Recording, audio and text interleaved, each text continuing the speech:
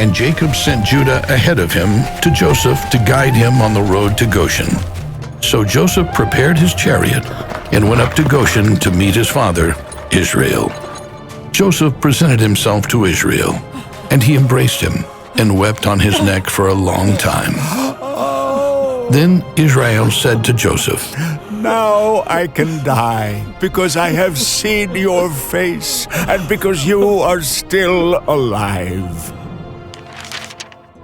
And Joseph said to his brothers and his father's family, I will go up and say to Pharaoh, my brothers and my family who were in the land of Canaan have come to me. The men are shepherds and keepers of livestock. They have brought their herds and all their possessions. When Pharaoh calls you and asks, what is your occupation? Tell him, your servants have been keepers of livestock from our youth until now, both we and our ancestors. This will ensure that you will live in the land of Goshen, because every shepherd is an abomination to the Egyptians. Then Joseph went to Pharaoh and said, My father and my brothers have come from the land of Canaan with their flocks, livestock, and all their possessions, and they are now in the land of Goshen. And Joseph presented 5 of his brothers to Pharaoh. And Pharaoh asked his brothers, "What is your occupation?" Your servants are shepherds, both we and our ancestors. We have come to live in the land, for there is no place to pasture your servants' flocks in Canaan because of the severe famine. Therefore, please, let your servants live in the land of Goshen." Then Pharaoh said to Joseph, "Your father and your brothers have come to you, and the land of Egypt lies before you. Let them live on the best land in the country. Let them live in the land of Goshen. And if you know some that are capable, put them in charge of my livestock." Then Joseph brought Jacob, his father, and presented him to Pharaoh. Jacob blessed Pharaoh, and Pharaoh asked Jacob, "How old are you?" The time of my stay on earth is 130 years. They have been few and difficult, and less than the years my ancestors lived.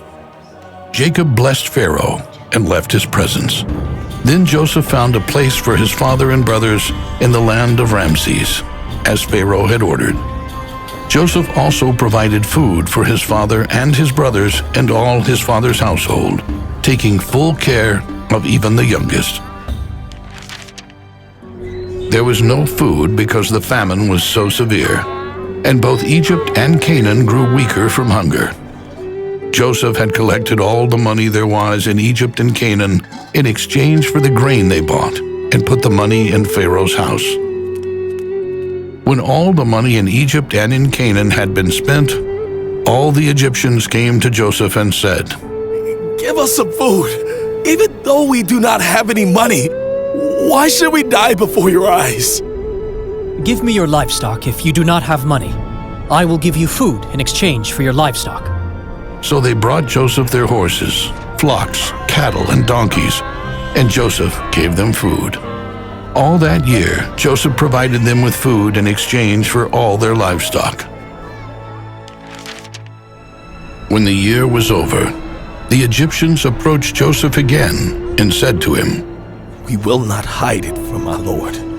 All our money is spent, and all our livestock belongs to you, my lord.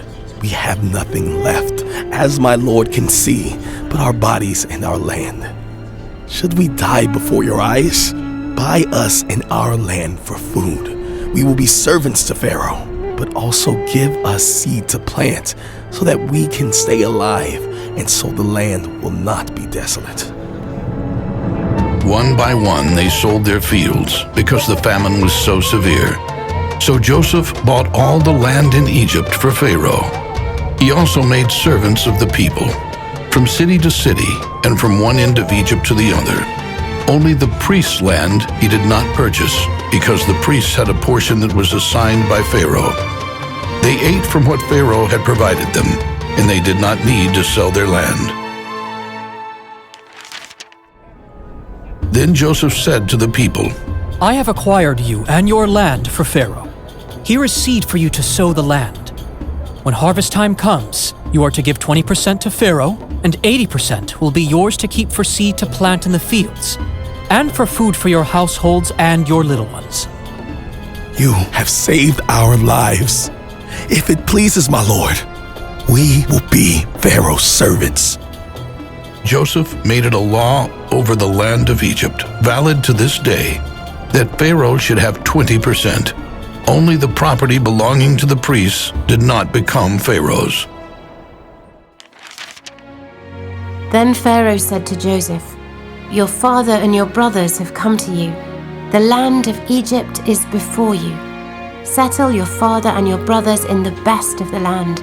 Let them settle in the land of Goshen, and if you know any able men among them, put them in charge of my livestock." Genesis chapter 47, verses 5 and 6.